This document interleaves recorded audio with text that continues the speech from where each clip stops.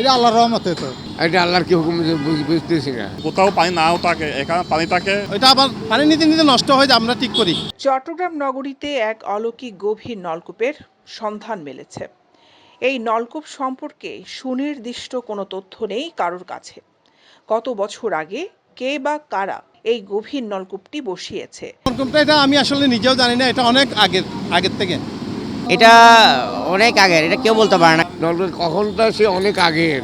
তবে ৭০০ বছর আগে তৎকালীন কাতাল শাহ নামক এক আল্লাহর অলি বহু বছর আগে অলৌকিকভাবে কাতালগঞ্জ এই বড় মসজিদ বানানোর পাশাপাশি নলকূপটি বসান বলে ধারণা অনেকের। বিশুদ্ধ পানির সংকট মুহূর্তে নগরবাসীর কাজে আসছে এই নলকূপটি। বুধবার নগরীর পাঁচলাইশ থানাধীন কাতালগঞ্জ এলাকার বড় মসজিদের সামনে চোখে পড়ে এই অলৌকিক গভীর নলকূপের পানি নিতে আসা মানুষের ভিড়ের দৃশ্যটি। বোতল, কলসি, ড্রাম নিয়ে অনেকে আসছে ভ্যানগাড়ি, রিকশা, সিএনজি ভাড়া করে। কেউ কেউ আসে প্রাইভেট কার বা পাইজারো গাড়ি নিয়ে। প্রত্যেকদিন সবাই পানি নিয়ে যায় এখান থেকে, সারা রাত সারাদিন চলে।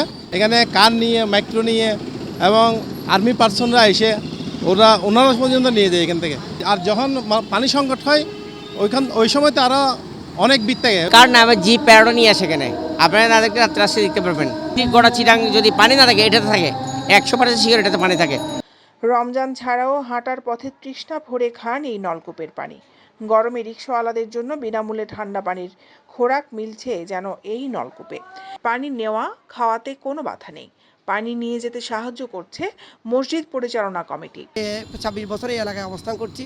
আমার পূর্বপুরুষেরাও এই এলাকা থেকে, এই জায়গা থেকে পানি নিয়ে, নলকূপ থেকে পানি বিনা পয়সা, বিনা ওজারে নিয়ে যায়। অলওয়েজ টাইম পানি থাকে, সংকটেও এখানে পানি থাকে। আমরা খাবার পানিটা সবসময় এখান থেকে নেই। এটা আল্লাহর রহমতে তো। আল্লাহর ঘর মসজিদ আছে, আল্লাহর কুদরতের থেকে আই এটা। ওয়াসার পানি না থাকলে এখানে একটু জাম বেশি হয়। এই বিকালবেলায় রাত্রে যে কোনো প্রায় সময় সবসময় পানি থাকে, পানি নিয়ে যায়। যদি চট্টগ্রাম কোথাও পানি নাও থাকে, এখানে পানি থাকে এবং গরিব দুঃখী মানুষের জন্য এটা যে এমন একটা উপকার। আমাদের শামীম সাহেব মসজিদের মুতাওয়াল্লি, তার দইয়া দাক্ষিণ্যে এটা দীর্ঘদিন চলতেছে। দৈনিক আজাদী,